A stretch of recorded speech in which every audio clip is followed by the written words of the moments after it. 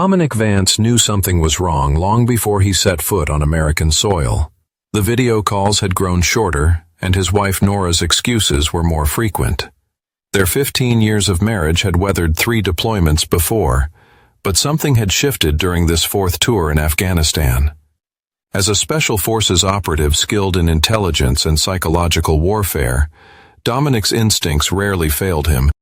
"You're overthinking," said Wade Thornton, Dominic's closest friend and teammate, as they prepared to board their flight home.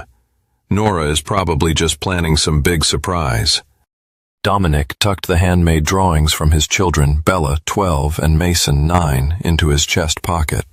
"Maybe, but Mason didn't even want to talk to me last week, and Bella, she seemed different." Kids change fast at that age, Wade reasoned, but his eyes betrayed concern. What Wade didn't know was that Dominic had already contacted his old friend from the intelligence division, Lawson Reed. After his 3rd deployment, Dominic had developed contingency plans, not because he distrusted Nora, but because his work had taught him to prepare for every scenario. The encrypted message to Lawson had been brief. Surveillance Protocol Delta, family only, information gathering. Dominic was 42 with 17 years of military service that had left its mark, physically in the form of a jagged scar across his left jawline from a close call in Kandahar, and mentally in the form of a ruthless efficiency when dealing with threats. The military had found his analytical mind and unflinching resolve valuable, especially when paired with his ability to remain eerily calm during chaos. His superior officer, Colonel Harding, had once described him as the most polite man who could end a fight 6 different ways before you finished your coffee. Dominic had simply nodded and said, "7, sir, if the coffee is hot." Their plane landed at Washington Dulles at 5:43 hours. As the other men rushed to reunite with their families, Dominic deliberately took his time. He'd received Lawson's preliminary report 2 hours prior, during their layover. Subject: N visits residence of unknown male 3 to 4 times weekly. Children present on weekend visits. Close relationship confirmed. Subject appears to have removed multiple personal items from your shared residence. Dominic had read it with the same detachment he used when reviewing mission briefs, cataloging facts, assessing the situation, and refusing to allow emotion to cloud his judgment. Only the slight tightening of his grip on his phone betrayed his true feelings. "You coming, Dom?" Wade called from the exit ramp. "Go ahead," Dominic replied with a calm smile that didn't reach his eyes. "I need to make a call." Wade hesitated. After 15 years together in the field, he knew when something was off. "Look, Dom, whatever you're thinking, remember you've got people who care about you. Don't go dark on us." "I appreciate the concern," Dominic said, his voice measured and controlled. "But some battles you fight alone." As Wade reluctantly left, Dominic made a second call, this one to a private number he'd never used before.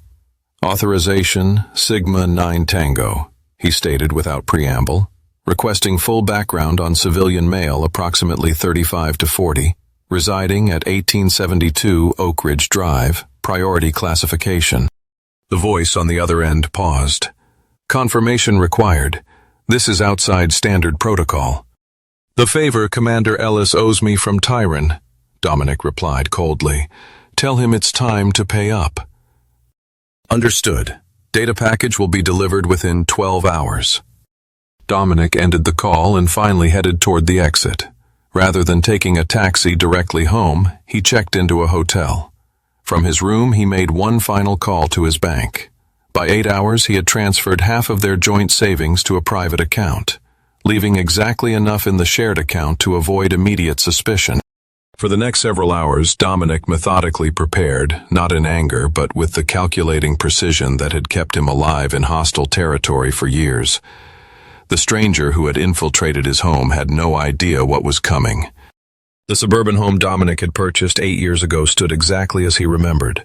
White siding, blue shutters, and the oak tree he'd planted when Mason was born. The flower beds Nora had always meticulously maintained showed signs of neglect, weeds pushing through between dying petunias. It was 16:30 hours when he approached the front door, a calculated time when both children would likely be home from school. His key still worked. The interior smelled different. An unfamiliar cologne lingered beneath the scent of a roast cooking in the kitchen. He heard Nora before he saw her, laughing in the kitchen with a deeper voice responding. Then came the voices of his children, but their words froze his blood. "Dad, can we go to the lake this weekend?" Mason asked excitedly. "I don't know, champ," the man's voice answered. "I'll need to check my schedule at the clinic." Dominic set his duffel bag down deliberately, the thud announcing his presence. The house fell silent. "Dominic?" Nora uttered as she emerged from the kitchen, her face draining of color. At 40, she remained striking, auburn hair now professionally highlighted, wearing an outfit he'd never seen before. You didn't tell us when you'd be back." Behind her appeared a tall man with a surgeon's confident posture and a weary expression. "Nora, is everything—" He stopped when he saw Dominic. "Dad!" Mason raced forward but halted awkwardly several feet away, confusion evident on his face. Bella remained in the kitchen doorway, her eyes wide with something like guilt. "You're back early," she said, her voice small. "On time, actually," Dominic replied calmly, setting his gaze on the stranger. "I don't believe we've met."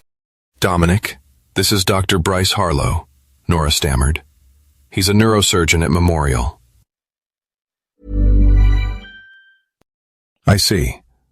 Dominic nodded politely, his expression betraying nothing of the calculations running through his mind. "And apparently dad to my children now." Dr. Harlow stepped forward with professional composure. "Major Vance, I understand this is awkward. Perhaps we should discuss this like adults, for the children's sake." "My thoughts exactly," Dominic agreed with unnerving calm. "Children, please go to your rooms for a few minutes." "But Dad," Mason began, looking at Bryce, then correcting himself. "Now, Mason," Dominic said, his tone leaving no room for argument. The children retreated upstairs, Bella dragging a reluctant Mason. Once they were gone, Dominic turned to Nora. "I believe there's something you wanted to tell me." "I was going to call you," Nora said, tears beginning to form. "But I didn't want to distract you while you were in a war zone. Bryce and it just happened, Dominic. You were gone so much." 15 years of marriage and it just happened?" Dominic echoed, his voice devoid of emotion. "How long?" 7 months, Bryce answered when Nora hesitated. "And to be clear, Nora told me you two were separated when we met." Dominic nodded as if receiving a routine briefing. "Interesting. And the children calling you Dad, that just happened too." "That was recent," Nora admitted. "We've explained that you'll always be their father, but you're being replaced," Dominic finished for her. He reached into his jacket and pulled out divorce papers. "Interesting coincidence. I had these drawn up during my layover." Nora blinked in confusion. "You knew?" "Did you really think I wouldn't?" Dominic asked quietly. "I've spent my career identifying threats and eliminating them. Did you think I wouldn't notice when one appeared in my own home?" Bryce stepped forward, placing a protective arm around Nora. "I think it's time you left, Major. We can arrange a time for you to see the children later, when emotions aren't running so high." Dominic looked at the man's hand on his wife's shoulder, then reached for his duffel bag. "I've already left. My lawyer will contact you tomorrow regarding custody arrangements and division of assets." As he turned to leave, Nora called after him. "Dominic, wait. Your uniform. I packed it away. The kids and we were angry. It's in the garage." He paused at the door. "Keep it. You seem to enjoy discarding things that have served their purpose." He was nearly to his rental car when he heard the front door open again. Bryce jogged down the driveway after him. "Major Vance," he called. "I understand you're upset, but threatening us, even subtly, won't help anyone." Dominic turned with a slight smile. "Dr. Harlow, if I were threatening you, there would be nothing subtle about it. I was simply stating facts." "Then we understand each other," Bryce said firmly. "No," Dominic replied, his voice dropping to a near whisper. "You really don't, but you will." As he drove away, Dominic made a call to Lawson. "Update the surveillance. I want everything on Dr. Bryce Harlow. Professional history, patients, finances, personal habits, everything. Already in progress, Lawson replied. Your contact delivered a preliminary file. Harlow's got an impressive record. Harvard Medical, chief resident at Johns Hopkins, 3 published papers on experimental neural pathway regeneration. Clean as they come. Nobody's that clean, Dominic stated flatly. Dig deeper. The corporate apartment Dominic secured overlooked the city skyline, its sterile modernism a stark contrast to the family home he'd left behind. For 3 days he operated with military precision, setting up a workspace, analyzing information, and formulating his approach. The file on Dr. Bryce Harlow grew thicker by the hour. 41 years old, divorced once with no children, meteoric rise in his field, specializing in experimental neural procedures, chief of neurosurgery at Memorial Hospital for the past 2 years, volunteer work at veterans hospitals. The irony wasn't lost on Dominic. Public reputation, impeccable. But Lawson had come through with something else. Medical board reviews of 3 patients with unexpected complications from experimental procedures Harlow had pioneered. The complications hadn't been made public, the cases quietly settled with non-disclosure agreements. It's not much, Lawson said during their secure call. The guy's careful, but there's something else. A research grant from Nexus Pharmaceuticals was pulled 6 months ago. No explanation given, but it coincided with the departure of their chief medical officer. Dominic made a note. Give me everything on that CMO. Already did. Dr. Vivian Cantrell. Now working for a competitor. I've set up a meeting for you tomorrow. She thinks you're from the Inspector General's office investigating research grant allocations. Perfect, Dominic replied. What about my children? Lawson's voice softened slightly. They're attending school normally. The girl seems withdrawn. The boy's teacher noted behavioral issues starting about 5 months ago. Dominic absorbed this with a tight jaw. And Nora? She visited a divorce attorney yesterday. Westbrook and Associates, a high-end firm specializing in military divorces. Harlow accompanied her. Of course he did, Dominic muttered. That will be all. After ending the call, Dominic opened his laptop to review the documents his own attorney had prepared, a counter-strategy to whatever Nora might attempt. Unlike military operations, where Dominic had always prioritized minimizing collateral damage, this situation called for a different approach. Nora had declared war by allowing his children to call another man dad, and in war, there were casualties. His phone rang. Wade Thornton. Heard you've gone ghost mode, Wade said without preamble. The guys are worried. I'm handling a situation, Dominic replied. Handling it how? Wade pressed. Listen, whatever happened with Nora is no longer your concern, Dominic finished coldly. Like heck it isn't, Wade shot back. We've pulled each other out of firefights and body bags. You don't get to shut me out now. A long silence followed before Dominic spoke again. They threw my uniform in the trash, Wade. 15 years of service, blood and sacrifice tossed out like garbage. My son calls another man dad now. Jesus Christ, Wade breathed. I'm coming over. No, Dominic said firmly. I need to handle this alone. That's exactly what you don't need, Wade countered. I'm bringing Flynn and Torres. We'll be there in 20. Dominic knew arguing was pointless. 30 minutes later, his apartment contained 3 Special Forces operators sprawled across his furniture, beers in hand. Flynn, the team's demolitions expert, whistled as Dominic outlined what he'd learned. So, the good doctor stole your wife and is playing daddy to your kids. What's the plan? Please tell me it involves explosives. It involves information, Dominic corrected. The most powerful weapon there is. Torres, their communication specialist, nodded appreciatively. Classic Vance. But seriously, what do you need from us? Dominic hesitated. Having his team involved complicated things, created witnesses. But these men had seen him at his worst in blood-soaked hellholes around the world and followed him without question. I need surveillance on the hospital, he decided. Particularly Harlow's patients and research subjects, and I need it done by someone who won't set off alarm bells. Wade nodded. Flynn's sister works in hospital administration. Torres can handle electronic monitoring. But Dom, whatever you're planning, remember who you are. That's exactly what I'm remembering, Dominic replied, his voice hard. I'm the man who eliminates threats to what's mine. Later that night, alone again, Dominic received a text message from an unknown number with a single image. Nora and Harlow entering an upscale restaurant, his arm around her waist, her face turned up to his in adoration. The message below read, "Moving forward with custody filing tomorrow. Seeking full custody with supervised visitation only. Citing PTSD concerns and potential danger to children." Dominic stared at the screen, something cold and lethal crystallizing within him. They weren't just taking his family. They were trying to paint him as dangerous, unstable, unfit to be near his own children. He dialed Lawson.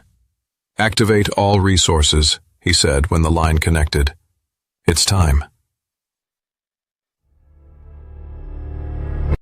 "Are you sure?" Lawson asked carefully. "Once this starts..." "They made their choice," Dominic cut him off. "Now they'll live with it, or not. That's up to them." Dr. Vivian Cantrell was exactly what Dominic expected. Brilliant, cautious, and harboring deep resentment toward Bryce Harlow. They met in a private room at an upscale restaurant. Dominic arrived in an impeccable suit, wearing a false identification badge identifying him as an investigator. "I should make it clear that I signed multiple non-disclosure agreements," Dr. Cantrell said immediately, smoothing her silvering hair.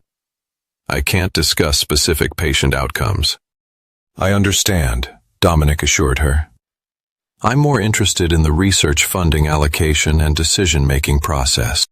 Dr. Cantrell relaxed slightly. "In that case, I can tell you that funding was withdrawn when certain research practices came to light." "What kind of practices?" Dominic pressed. "Let's just say that patient selection criteria were flexible," she said carefully.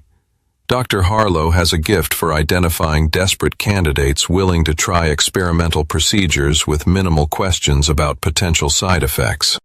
Dominic nodded thoughtfully. "And these candidates, would they include military veterans with traumatic brain injuries?" Dr. Cantrell's eyes narrowed. "You're not from the Inspector General's office, are you?" "Would your answer change if I weren't?" Dominic asked calmly. She studied him, noting the disciplined posture and evaluating gaze. "Military." "Previously," Dominic acknowledged.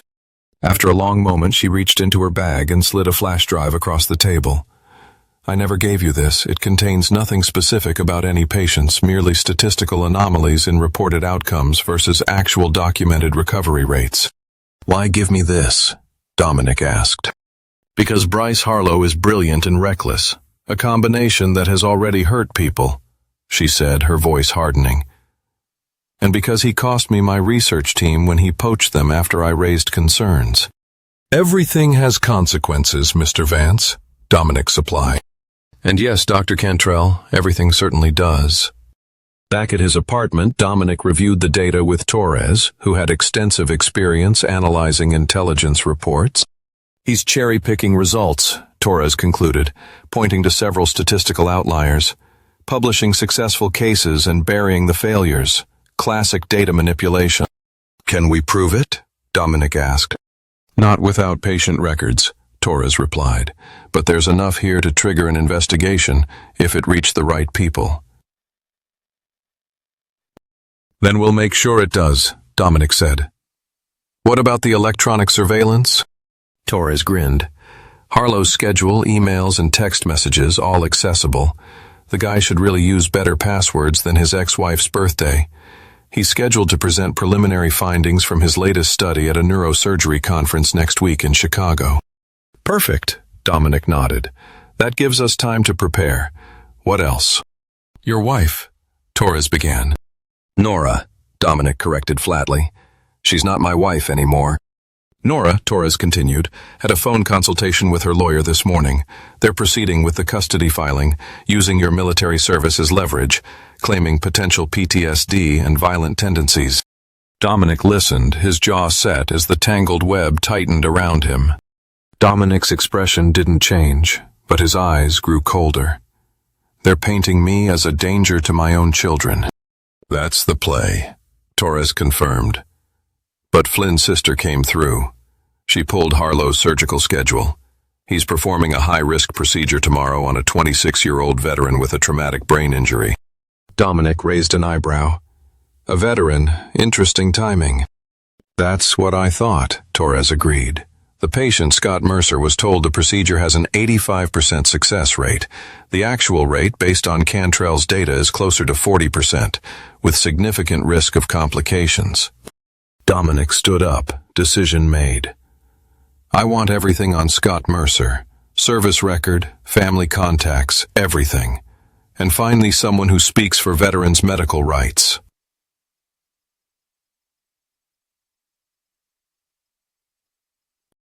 Within hours, Wade reported back with a valuable connection. Congresswoman Diana Kramer, chair of the Veterans Affairs Committee and a vocal advocate for protecting veterans from experimental medical procedures. A quick background check revealed she had lost a brother to complications from such a treatment for injuries sustained in Iraq. She'll listen, Wade insisted. But you need to be careful how you approach this. We're walking a fine line between exposing Harlow and looking like you're on a revenge mission. Why not both? Flynn suggested from his position by the window. Because one gets results, Dominic explained patiently. The other gets me labeled exactly what they're claiming I am, unstable and dangerous. That evening, Dominic received another text. Photos of Bryce taking Mason to a baseball game, the boy smiling up at him. The message read, "Family court date set for next Thursday. Judge Abernathy assigned to case.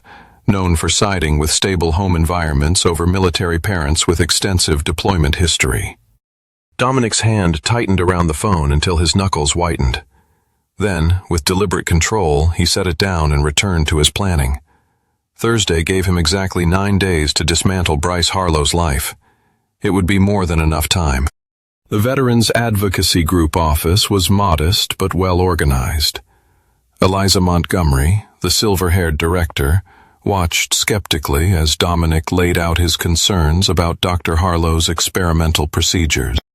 "These are serious allegations, Major Vance," she said after reviewing the statistical data. "What's your interest in this particular surgeon?" "Professional concern," Dominic replied smoothly. "I came across his name while researching treatment options for TBI and veterans." Montgomery's eyes narrowed. "And it has nothing to do with the fact that he's currently involved with your estranged wife." Dominic didn't flinch.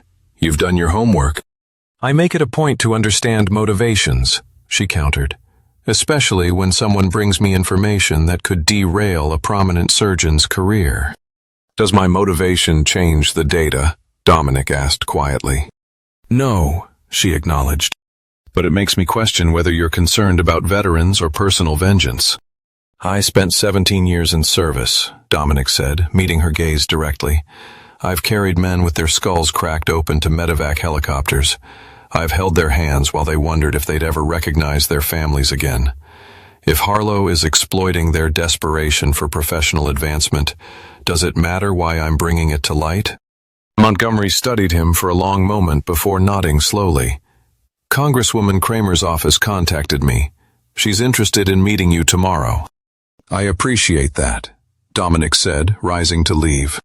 "Major Vance," Montgomery called as he reached the door, "whatever your endgame is, remember that there are actual veterans' lives in the balance here. Don't make them collateral damage in your personal war." Her words followed him as he drove to his next destination, the hospital where Scott Mercer was scheduled for surgery the following morning. Flynn's sister had arranged access through an administrative oversight that would later be blamed on a computer glitch. Scott Mercer's room was dimly lit, the young man staring vacantly at a television screen. His left side showed partial paralysis, evidence of the IED blast that had caused his traumatic brain injury. "Mr. Mercer," Dominic said softly from the doorway, "my name is Dominic Vance. I'd like to speak with you about your procedure tomorrow." The young man turned slowly. "You from Dr. Harlow's team?" "No," Dominic replied honestly, taking a seat beside the bed. I'm here to make sure you have all the information you need to make an informed decision. For the next 15 minutes, Dominic carefully outlined the actual success rates of the procedure based on Dr. Cantrell's data. He showed Scott the documentation, explained the potential complications, and provided contact information for alternative treatments with more established outcomes. "Why are you telling me this?" Scott asked, confusion evident in his damaged speech pattern. "Because 17 years ago I made a promise to never leave a man behind," Dominic answered simply. "Good luck with whatever you decide, Specialist Mercer." As Dominic left the hospital, his phone buzzed with a message from Torres. "Harlow just received urgent call from hospital. Mercer requesting second opinion. Surgery delayed. Harlow headed there now. ETA 15 minutes. Perfect timing. Dominic drove to the parking structure across from the hospital and waited. 20 minutes later, Bryce Harlow stormed through the parking garage to his luxury SUV, face flushed with anger. As he unlocked his vehicle, Dominic approached silently from behind. "Difficult evening, Doctor?" he asked calmly. Harlow spun around, startled. "What? Major Vance? Are you following me now?" "Just happened to be in the neighborhood," Dominic replied mildly. "Visiting a friend. Specialist Mercer, you know him?" Harlow's expression darkened. "You spoke to my patient?" "That's completely inappropriate and potentially illegal." "What's inappropriate is quoting an 85% success rate for a procedure that fails more than half the time," Dominic cut him off. "We're using desperate veterans as test subjects for techniques you're not ready to publish accurate data on." "You have no idea what you're talking about," Harlow hissed. "And if you're interfering with my patients, I'll have you arrested." "Interesting approach," Dominic nodded thoughtfully. "Similar to how you're using my PTSD, which I've never been diagnosed with, to try to keep me from my children." Harlow's confidence faltered slightly. "That's different. Nora is concerned about maintaining the perfect little family you've created." Dominic stepped closer, his voice dropping to a whisper. "You're building your life on a stolen foundation, Doctor. How secure do you feel when the ground beneath you is already starting to crack?" "Is that a threat?" Harlow demanded, trying to maintain his composure. "An observation," Dominic corrected. "Congresswoman Kramer from the Veterans Affairs Committee shares my concern for medical ethics. We're meeting tomorrow." The color drained from Harlow's face. "You're destroying my reputation because of your marital problems. This is insane." "No," Dominic replied evenly. "I'm simply ensuring that all relevant information reaches the appropriate channels, the same way you're informing the family court about my so-called dangerous military background." He smiled thinly. "We're both just concerned citizens, aren't we?" As Harlow fumbled for a response, Dominic turned and walked away. "Give my regards to Nora," he called over his shoulder, "and remind her that the custody hearing is next Thursday. I'm looking forward to it." Later that night, in his apartment, Dominic received a call from Wade. "Mercer canceled his surgery," Wade reported, "and 3 other patients on Harlow's experimental roster have requested transfers to different neurologists." "Good," Dominic replied. "How's the other matter progressing?" "Flynn made contact with Harlow's ex-wife in Boston," Wade said.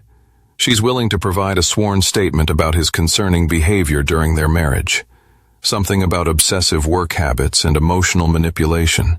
Could be useful for your custody case." "Perfect," Dominic said. "And the financial records Torres was tracing?" "That's where it gets interesting." Wade hesitated. "Harlow's been moving significant amounts of money between accounts. Nearly $200,000 in the past month alone. Torres thinks he might be preparing to relocate his practice."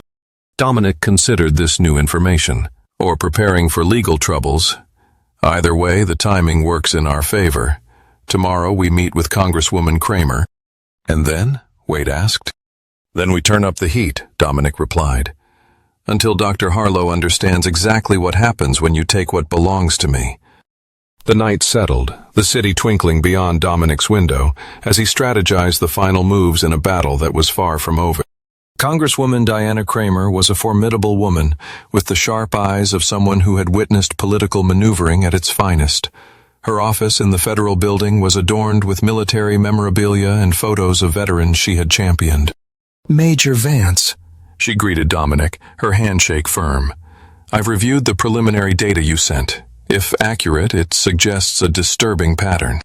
The data comes directly from Dr. Vivian Cantrell, formerly of Nexus Pharmaceuticals, Dominic explained. She worked closely with Dr. Harlow before raising concerns about his research methods. "And was promptly sidelined," Kramer noted, scanning the file. "A common fate for whistleblowers." She fixed Dominic with a penetrating stare. "My aide tells me you have a personal connection to this matter." "Dr. Harlow is currently involved with my estranged wife," Dominic acknowledged honestly. "However, that has no bearing on the validity of the data." "It has bearing on your motivation," Kramer countered. "My motivation doesn't change facts," Dominic replied evenly. "Multiple veterans have been subjected to experimental procedures with misrepresented success rates. One of those veterans canceled his surgery yesterday after receiving accurate information." Kramer nodded slowly. "Scott Mercer. My office has already been contacted by his family. They're considering legal action." She closed the file. "What exactly are you hoping to achieve here, Major?" "Accountability," Dominic answered without hesitation. "Dr. Harlow has built his reputation on selective reporting and manipulation of data, using vulnerable veterans as his subjects. I believe that warrants investigation. By remarkable coincidence, just as he's involved in a custody dispute with you," Kramer observed dryly. Dominic met her gaze unflinchingly. "Sometimes personal and professional interests align. Congresswoman, I understand your brother was lost to an experimental procedure." A flash of pain crossed Kramer's face. "That's a matter of public record, as is my service," Dominic replied. "I've spent my career protecting American interests. Sometimes that means identifying threats that others miss or choose to ignore." After a long moment, Kramer nodded. "I'll have my staff initiate inquiries with the Medical Licensing Board and the Hospital Ethics Committee. If your information holds up to scrutiny, there will be a formal investigation." "That's all I ask," Dominic said, rising to leave. "Major Vance," Kramer called as he reached the door. "Whatever your personal feelings, remember that your actions reflect on all who've worn the uniform. Vendetta and vigilance are not the same thing." "With respect, Congresswoman," Dominic replied quietly. "In my experience, the difference is often just a matter of perspective." As Dominic left the federal building, his phone buzzed with a message from Lawson. "Urgent meeting required. Franklin Park, north entrance, 30 minutes. Lawson was already waiting when Dominic arrived, pacing nervously near a bench. "We have a problem," Lawson said without preamble. "Harlow's making moves. He filed an emergency restraining order against you this morning, claiming harassment and stalking. He's also accelerated the custody hearing. It's been moved up to Monday." Dominic absorbed this with outward calm. "On what grounds?" "He's claiming imminent danger to the children based on your erratic behavior and a targeted harassment campaign against him. He's got the hospital's chief of staff backing his claims that you interfered with patient care." "Clever," Dominic acknowledged. "He's using my own strategy against me." "There's more," Lawson continued grimly. "Nora provided a statement claiming she found disturbing journals you kept during your last deployment. Detailed fantasies about eliminating perceived threats to your family." "Interesting, considering I never kept journals," Dominic said coldly. "They have something with your handwriting," Lawson warned, "and they've submitted it to the court." Dominic's mind raced through possibilities. The only handwritten notes he'd kept were mission logs secured in a safe at their home. Nora would have had access after he deployed. "They're manipulating my service record," he realized aloud, "taking operational planning and recasting it as violent fantasies." "That tracks with what my source says," Lawson agreed. "Judge Abernathy is known to be skeptical of military PTSD cases. If Harlow convinces him you're unstable, I'll lose my children completely," Dominic finished. "What about our other initiatives moving forward?" Lawson reported. Congresswoman Kramer's office has already requested Harlow's complete research data from the hospital. 3 more patients have canceled procedures pending review, and Torres found something interesting in Harlow's financials. Regular payments to a medical supply company that doesn't exist. Possible kickback scheme. Dominic nodded thoughtfully. Good work, but we need to accelerate. Harlow's playing offense now. We need to change the game. Later that evening, Dominic met with his team in a private room at a veterans bar owned by a former Marine. The mood was somber as he outlined the latest developments. They're painting you as Apocalypse Now meets A Beautiful Mind, Flynn summarized bluntly. Not good for the custody battle. Which is why we're changing tactics, Dominic replied calmly. Harlow expects me to fight back directly, escalate the professional attacks, perhaps become overtly threatening.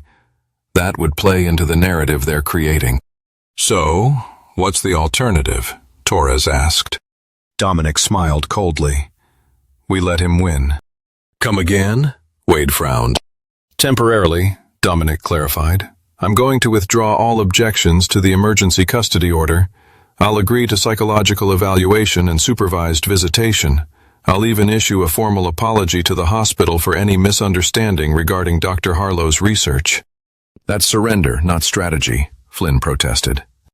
It's misdirection, Dominic corrected. While Harlow believes he's won, we continue our real operation. Torres, what's the status on those financial irregularities? I've traced the payments to a shell company registered in the Caymans, Torres reported. Still working on beneficial ownership, but the structure suggests money laundering, not just kickbacks. And the ex-wife's statement? Wade confirmed. She's also provided emails from during their marriage that show Harlow's willingness to manipulate data for career advancement. What about the children? Flynn asked quietly. Dominic's expression tightened momentarily. That's the hardest part. I need to be patient. If I try to see them now, it feeds the narrative that I'm unstable and obsessive. Instead, I'll send a brief, reasonable letter explaining that I respect a current arrangement until the legal issues are resolved. That's going to be tough to write, Wade observed. Already done, Dominic replied, sliding a single sheet of paper onto the table. The letter was a model of restraint and paternal concern, expressing love for the children while acknowledging the difficult situation. Darn, Flynn muttered after reading it. If I were the judge, I'd give you custody just based on this. That's the point, Dominic nodded. Every move now must contradict their narrative of me as unstable and dangerous. Meanwhile, we continue dismantling Harlow's professional life from angles he can't trace back to me. Torres raised his beer. To psychological warfare. The most effective kind, Dominic agreed, raising his own glass. By Monday, Dr. Harlow will believe he's won. By Friday, he'll understand just how badly he's lost. As the team continued planning, Dominic's phone lit up with a text message. It was from Bella, his daughter, sent from an unknown number. Dad, are you really dangerous? Mom and Bryce say we can't see you because you might hurt us. I don't believe them, but Mason is scared now. Dominic stared at the message, a rare flicker of naked emotion crossing his face before he regained control. He typed carefully. I would never hurt you or Mason. I've only ever fought to protect people. I love you both very much. And when this is all sorted out, we'll be together again. Stay strong, sweetheart. He showed the exchange to Wade. They're turning my children against me. Wade's expression hardened. Then we make sure they regret it. No, Dominic replied, his voice deadly calm. We make sure they never recover from it. Monday morning dawned gray and drizzling as Dominic entered the family court building. He wore a conservative suit, his military bearing evident but deliberately subdued. His attorney, Marisol Delgado, a specialist in military family law, walked beside him, reviewing last-minute notes. Remember, conciliatory but not submissive, she murmured. We're cooperating fully while maintaining your fundamental rights as a father. Dominic nodded, steeling himself for the battle ahead. Dominic nodded, his face betraying nothing of the cold calculation behind his apparent surrender. As they approached the courtroom, he spotted Nora and Bryce speaking with their attorney, a silver-haired man whose tailored suit screamed expensive representation. Nora caught his eye briefly before looking away. She wore a conservative dress, her hair pulled back, the picture of a concerned mother. Bryce stood protectively beside her, his hand on her lower back in a posture of ownership that made Dominic's jaw tighten imperceptibly. Inside the courtroom, Judge Abernathy, a stern man in his 60s with thinning gray hair and reading glasses perched on his nose, reviewed the case files with obvious skepticism. "Before we begin," he announced, "I want to be clear that this court views the safety of minor children as its paramount concern. Allegations of potential danger will be taken very seriously." Nora's attorney rose first. "Your Honor, we have submitted documentation demonstrating Major Vance's concerning behavior, including journals containing violent ideas, recent harassment of Dr. Harlow at his workplace, and interference with patient care. We believe these actions demonstrate an unstable mindset that poses a risk to the minor children." Judge Abernathy turned to Dominic's attorney. "Miss Delgado, your response." Marisol stood, projecting calm confidence. "Your Honor, my client wishes to stipulate to temporary supervised visitation pending a full psychological evaluation. While we categorically deny the characterizations of Major Vance's service notes as violent, we recognize the court's concern for the children's well-being and will cooperate fully with any evaluations the court deems necessary." A murmur of surprise rippled through the courtroom. Nora's attorney looked momentarily confused by the lack of resistance, while Bryce's expression shifted from smug certainty to cautious suspicion. Judge Abernathy peered over his glasses. "Major Vance, is this your position?" Dominic rose, his posture perfect. "Yes, Your Honor. My only concern is my children's well-being. If they have been made to fear me based on mischaracterizations of my military service, I believe it's important to proceed carefully to reassure them. I welcome any evaluation that will clarify my fitness as a parent." The judge studied him for a long moment before nodding. "Very well. The court orders temporary custody to remain with Mrs. Vance, with Major Vance granted supervised visitation twice weekly. A full psychological evaluation will be conducted, with results to be reviewed at a hearing 4 weeks from today." As the details were finalized, Dominic noticed Bryce whispering intently to Nora, his expression troubled. The doctor clearly hadn't expected Dominic to yield so easily. It contradicted the unstable, obsessive portrait they'd painted. Outside the courtroom, Dominic was approached by Nora, while Bryce and their attorney conferred nearby. "What are you doing, Dominic?" she asked, her voice low, uncertainty flickering across her face. She asked quietly, "This reasonable act, no one's buying it." "It's not an act," he replied mildly. "I'm simply focusing on what matters most, our children." "After threatening Bryce at the hospital, after sabotaging his patients?" she challenged. "I informed a veteran of the actual risks of an experimental procedure," Dominic corrected. "If transparency threatens Dr. Harlow's practice, perhaps that says more about his methods than my actions." Before she could respond, Dominic's phone buzzed. He checked it and smiled slightly. "If you'll excuse me, I have a meeting with Congresswoman Kramer's office regarding veterans' healthcare initiatives. Please give my love to the children. I look forward to our supervised visit on Wednesday." As he walked away, he heard Bryce approach Nora, asking urgently, "What did he say to you?" Dominic couldn't hear her response, but he didn't need to. The seeds of doubt had been planted. Phase 1 complete. 2 hours later, in Congresswoman Kramer's office, the real work continued. The Hospital Ethics Committee has opened a formal investigation into Dr. Harlow's research methodologies, Kramer informed Dominic. 3 more patients have come forward, alleging they weren't properly informed of the risks. "Has there been any response from Memorial Hospital administration?" Dominic asked. "They're circling the wagons," Kramer replied. "Standard institutional defense, minimal acknowledgement, promises of internal review, and the financial irregularities. That's where things get interesting." Kramer said, sliding a folder across the desk. Your information about payments to a non-existent medical supply company led us to discover that Harlow has been billing for experimental materials through standard insurance codes. Potential insurance fraud on top of ethics violations. Has Dr. Harlow been informed of these investigations? Dominic asked carefully. Not yet, Kramer said. The committee meets tomorrow. He'll be summoned to respond to the allegations then. Perfect timing, Dominic nodded, just after my first supervised visitation with my children. Kramer studied him with narrowed eyes. I hope you're not planning to use these investigations as leverage in your personal matters, Major. Congresswoman, Dominic replied with perfect sincerity. I'm simply gratified that proper oversight is being applied to protect vulnerable veterans. The timing is fortuitous.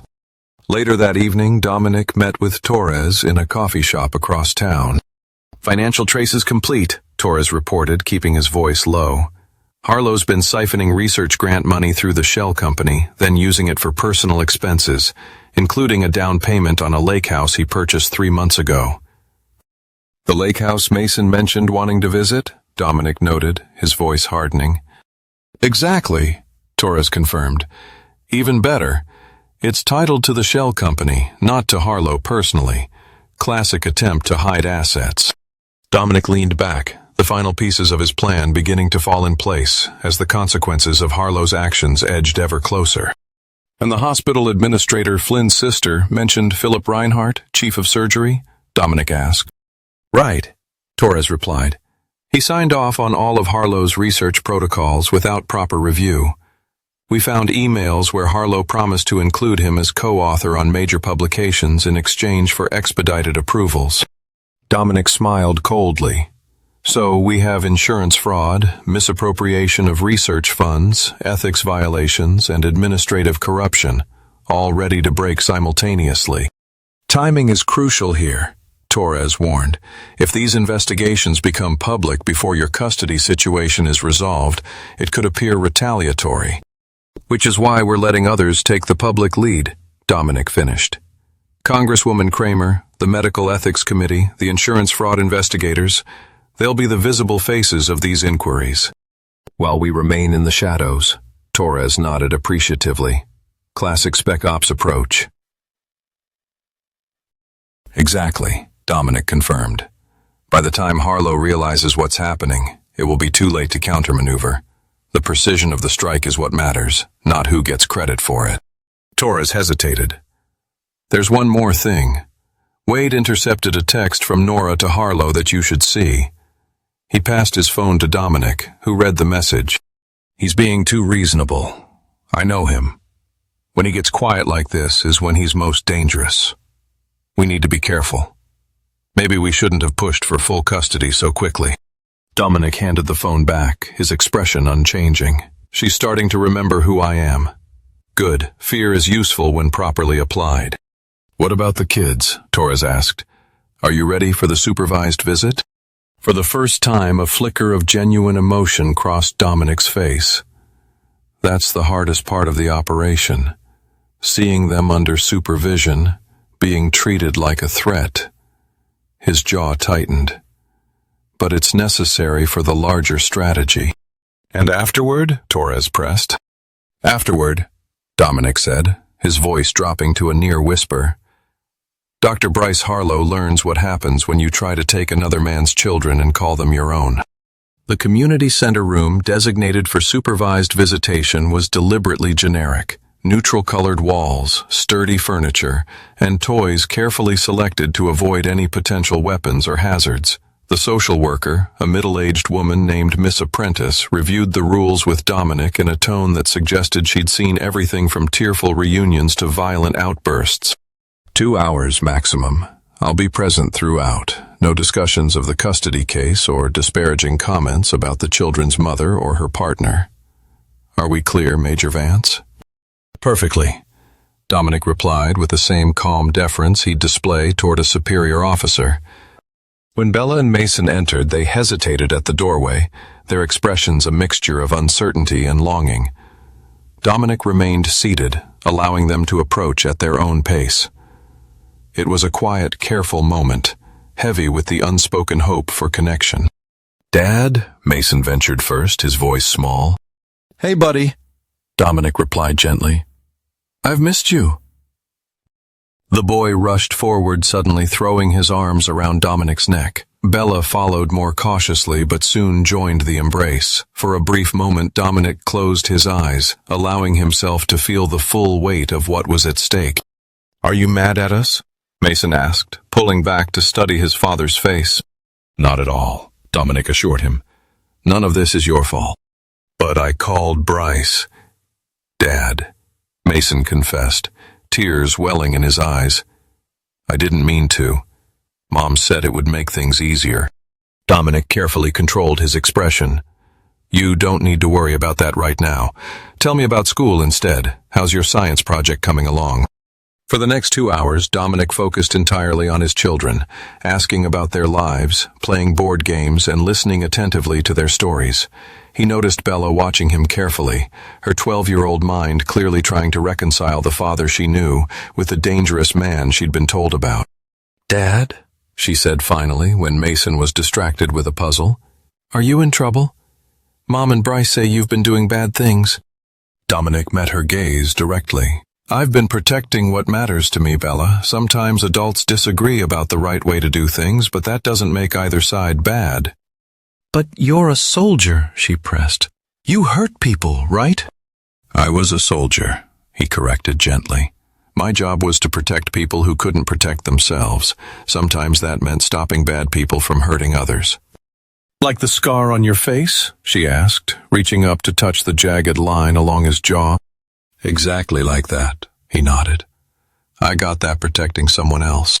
She seemed to consider this deeply before nodding. "I don't think you're dangerous. Not to us, anyway." "Never to you," Dominic assured her. "You and Mason are the most important people in my world." When the visit ended, Miss Prentice seemed surprised by the calm, positive interaction she'd observed. "The children are clearly very attached to you, Major Vance," she noted as they prepared to leave. "They're everything to me," Dominic replied simply. After they left, Dominic remained seated for several minutes, his eyes closed, centering himself for what came next. The vulnerability he'd allowed himself to feel with his children was carefully recompartmentalized, replaced by the cold, strategic focus he would need. His phone buzzed. "Wait, it's happening," his friend reported without preamble. "Hospital Ethics Committee just delivered their preliminary findings. Harlow's been suspended pending full investigation. Insurance Fraud Division is executing a warrant for financial records tomorrow morning." "Perfect," Dominic replied. "And Nora received notification as Harlow's emergency contact an hour ago. She's trying to reach him, but he's in surgery until 6 p.m. And our other initiative?" Wade confirmed. "Anonymous tip to 3 media outlets about potential research fraud affecting veterans. They'll be requesting statements from the hospital by end of day." "Excellent," Dominic said. "Maintain observation, but keep distance. I'll handle the next phase personally." That evening, as planned, Dominic positioned himself at a restaurant across from Memorial Hospital's main entrance. At precisely 6:22 p.m., Bryce Harlow emerged, still in scrubs, his face tight with tension as he argued into his phone. Dominic watched, taking a slow sip of his coffee as Harlow paced along the sidewalk, gesturing angrily. From this distance, Dominic couldn't hear the conversation, but the body language told him everything. Harlow was responding to the Ethics Committee's findings, most likely speaking with his attorney. After Harlow left, Dominic called Lawson. Status on the financial investigation. "Search warrant for the Lake House property records was issued an hour ago," Lawson reported. "Insurance investigators have flagged multiple claims for irregular billing patterns dating back 18 months. "And the media coverage?" "First story breaks tomorrow morning. Congresswoman Kramer has scheduled a press conference regarding disturbing findings of potential exploitation of veterans in experimental medical procedures." "Perfect," Dominic said. "Now for the final piece." He opened his laptop and reviewed the document Torres had prepared, A comprehensive summary of all evidence collected against Bryce Harlow, organized chronologically and by category. Financial improprieties, research ethics violations, patient misrepresentations, all meticulously documented with supporting evidence. With calm precision, Dominic encrypted the file and sent it to his attorney with instructions to hold it in reserve. Then he sent a text message to Nora from an anonymous number. Ask Dr. Harlow about patient Scott Mercer, insurance billing code manipulation, and why the ethics committee suspended him today. Ask about the lake house purchased with research grant funds. Ask why 3 media outlets are investigating his veteran patient outcomes. Then decide if he's really the stable influence your children need. Within minutes, his phone rang. Nora, what have you done? She demanded without preamble. I haven't done anything, Dominic replied calmly. I'm simply ensuring that relevant information reaches appropriate parties. She hissed, Bryce is being investigated because of you. His career is at risk. His career is at risk because of his actions, Dominic corrected. The ethics violations, the financial improprieties, the misleading of patients, those are his choices, not mine. This is about revenge, she accused. You couldn't stand that I moved on, that the kids accepted him. This is about consequences, Dominic cut her off, his voice hardening slightly. Dr. Harlow chose to pursue a relationship with a married woman. He chose to encourage children to call him dad while their father was deployed. He chose to attempt to paint me as dangerous and unstable to serve his purposes. And now you're destroying him, Nora said, her voice breaking. No, Dominic replied evenly. He destroyed himself. I'm simply ensuring he doesn't take my children down with him. A long silence followed before Nora spoke again, her voice smaller. What do you want, Dominic? I want my children, he answered simply. I want regular, unsupervised visitation. I want my service to my country to be respected, not weaponized against me. I want acknowledgement that I have never been and would never be a danger to Bella and Mason. And if I agree, then Dr. Harlow's personal life remains separate from his professional investigations, Dominic said carefully. The questions about his research methods and financial practices will continue. Those are matters of public interest and veteran safety, but any particular intensity in the pursuit might be moderated. You're blackmailing me, she realized. I'm negotiating, he corrected. Something you should have done before throwing my uniform in the trash and telling our children to call another man dad. After another long pause, Nora sighed. I'll talk to my lawyer tomorrow. Wise decision, Dominic replied. Give my love to the children.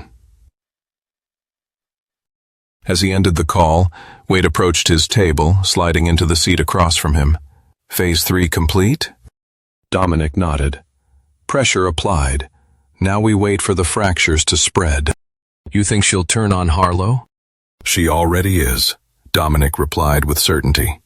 Nora prioritizes stability and security. As Harlow's situation deteriorates, so does his value to her. Wade shook his head slowly. Cold calculation, my friend. No, Dominic corrected, a hardness entering his eyes. This is justice. They tried to take my children by painting me as a monster. Now they're learning what a real monster looks like. The boardroom at Memorial Hospital hummed with tension as Dr. Bryce Harlow faced the assembled ethics committee, hospital administrators, and legal team. 3 days of investigations had uncovered a pattern that could no longer be ignored or minimized. Dr. Harlow, began Philip Reinhardt, the chief of surgery who had once been his ally, the committee has reviewed all available evidence and found substantial violations of research protocols, patient consent requirements, and financial reporting standards. Harlow's once confident posture had collapsed into defensive rigidity. This is a witch hunt, he insisted. Someone is deliberately targeting me. The evidence speaks for itself, countered the hospital's legal counsel. Misrepresented success rates to patients, improper billing coding to insurance providers, misappropriation of research funds. These aren't allegations. They're documented facts. What about my contributions? Harlow demanded. The breakthroughs, the patients I've helped.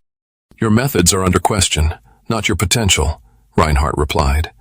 But until we can verify the integrity of your research, your license to practice here is suspended. Harlow's face paled. You can't do this. I have patients who depend on me. The hospital will provide alternative care for your patients, the legal counsel said firmly. Your priority now is to cooperate fully with the ongoing investigations. As the meeting adjourned, Harlow sat alone, the weight of his actions crashing down around him. Outside, Dominic watched from the shadows, a sense of grim satisfaction settling over him. The storm had broken, and the aftermath was about to begin. The groundbreaking procedures, the publications, the prestige I've brought to this institution, which will all be questioned when this becomes public, the lawyer replied coldly. The board is offering you one opportunity, immediate resignation, surrender of your medical license for a minimum of 1 year pending review, and full cooperation with the financial investigation. Or, Harlow challenged, or we turn everything over to the district attorney's office, Reinhardt stated flatly. Insurance fraud carries potential criminal penalties, Dr. Harlow. As Harlow left the meeting, his career effectively ended. He found Nora waiting in his office. Her expression told him everything he needed to know. You're leaving, he said flatly. I have to think of the children, she replied, not meeting his eyes. With everything that's happening. He did this, Harlow cut her off. Your ex-husband orchestrated all of it. This isn't about Dominic, Nora countered. It's about what you did. The patients you misled. The money. Don't pretend you care about that, Harlow snapped. You were happy enough with the lifestyle it provided, the lake house the kids love so much, paid for with those research grants you're suddenly so concerned about. Nora's expression hardened. My lawyer has advised me to distance myself from your legal issues. I've withdrawn the custody petition. Dominic will have regular visitation with the children. Just like that? Harlow laughed bitterly. After everything we claimed about him being dangerous, after having the children call me Dad, you're crawling back to him. I'm not crawling anywhere, Nora replied coolly. I'm protecting my children from the fallout of your mistakes. Our mistakes, Harlow corrected. You were part of this from the beginning. You helped craft those statements about his mental state. A decision I now regret, she acknowledged. Goodbye, Bryce. After she left, Harlow sat alone in his office, surrounded by the accolades and certificates that had defined his career and now meant nothing. His phone buzzed with a message from an unknown number. Wrong move, doctor. Across town, in a modest apartment newly leased for a fresh start, Dominic sat with Bella and Mason, listening to their chatter as they explored the rooms that would be theirs during visitation weekends. Dad, can we put my star map on this wall? Mason asked excitedly. Absolutely, Dominic agreed. And Bella, the desk for your art projects will fit perfectly by that window. His phone buzzed with a message from Wade. Status update. Harlow cleaned out office today. License surrender proceedings initiated and moved back to original residence. Financial investigation expanding to include certain hospital administrators. Dominic replied with a simple, acknowledged. Dad, Bella asked, studying his expression. Is everything okay now? Dominic looked at his daughter, perceptive beyond her years and carrying burdens no child should bear. We're getting there, he answered honestly. The warmth of his children's presence filled the apartment, promising new beginnings and the quiet strength to move forward. Some things take time to heal properly. Are you and Mom getting back together? Mason asked hopefully. No, buddy, Dominic said gently. But we're both still your parents, and we both love you. That won't ever change. Later that evening, after returning the children to Nora's house, their former family home, Dominic found Wade waiting at their usual spot in the veterans' bar. Mission complete? Wade asked, sliding a beer toward him. Phase 1 complete, Dominic corrected. The children are safe. Harlow is neutralized. Nora has been reminded of consequences. Wade studied his friend carefully. And the rest? Dominic took a long pull from his beer before answering. Harlow made a fundamental error. He didn't just take my wife. He tried to take my children. He tried to erase me from their lives. That requires a more comprehensive response. The investigations are already destroying him, Wade pointed out. Career gone, reputation ruined, relationship with Nora over. What more do you want? Justice isn't about what I want, Dominic replied coolly. It's about balance. The ethics investigations address his professional misconduct, but his personal betrayal, attempting to replace me in my children's lives, requires a personal reckoning. Wade's expression grew concerned. What are you planning? Nothing illegal, Dominic assured him.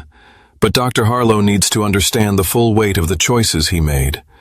When you try to take another man's children and call them your own, when you throw away his uniform and everything it represents, there are consequences that extend beyond professional embarrassment. Dom, Wade began. You asked me once to remember who I am, Dominic interrupted. I haven't forgotten. I'm a father first, a soldier second, and I finish what I start. 1 week later, as Bryce Harlow prepared to leave the city, his career in ruins, his assets frozen pending investigation, his reputation destroyed, he found a small package outside his apartment door. Inside was a folded American flag in a display case with a simple note. Some things should never be thrown away. Remember that wherever you go next, whatever you try to rebuild, this wasn't about your research or your career. It was about honor and family. If you ever approach my children again, there won't be enough pieces of your life left to reassemble. Wrong move, Doctor. The last one you'll ever make against me. Harlow stared at the note, then at the flag, suddenly understanding the true nature of the man whose life he had tried to dismantle. Not a dangerous, unstable veteran, but something far more lethal. A father who had been underestimated. In the years that followed, Dominic Vance rebuilt his relationship with his children. He never returned to military service, but found purpose in veterans' advocacy work. Nora eventually remarried, a schoolteacher with no ambition beyond his classroom and a genuine affection for children that came without ulterior motives. And so, the lessons of betrayal, courage, and the enduring strength of a father's love left a legacy far stronger than vengeance could ever hope to achieve. Bryce Harlow disappeared from their lives completely, relocating to a small town in another state where he took a position at a research facility far from patient care. Whenever his name appeared in medical journals, significantly less prestigious than before, Dominic would note it with cool detachment, a general tracking a neutralized threat. The family that had been broken was never fully restored, but from its fragments emerged something perhaps more valuable: truth, respect, and the unshakable knowledge that some bonds cannot be severed even by betrayal. "Dad?" Bella asked on her 18th birthday after Dominic had presented her with a leather-bound journal for her writing. "Do you ever regret what happened with Mom and Dr. Harlow?" Dominic considered her question with the seriousness it deserved. "I regret the pain it caused you and Mason," he answered honestly. "But I don't regret ensuring you remain part of my life." "Mom says you were ruthless," Bella observed, not as accusation, but as fact. "When it comes to protecting what matters most," Dominic agreed, "I am." Bella nodded, understanding something fundamental about the man who had fought to remain her father. "I'm glad," she said simply. And in that moment, Dominic Vance knew that every calculated risk, every strategic move, every cold decision had been worth it. In the war for what mattered most, he had emerged victorious, not by chance, but by choice. The end.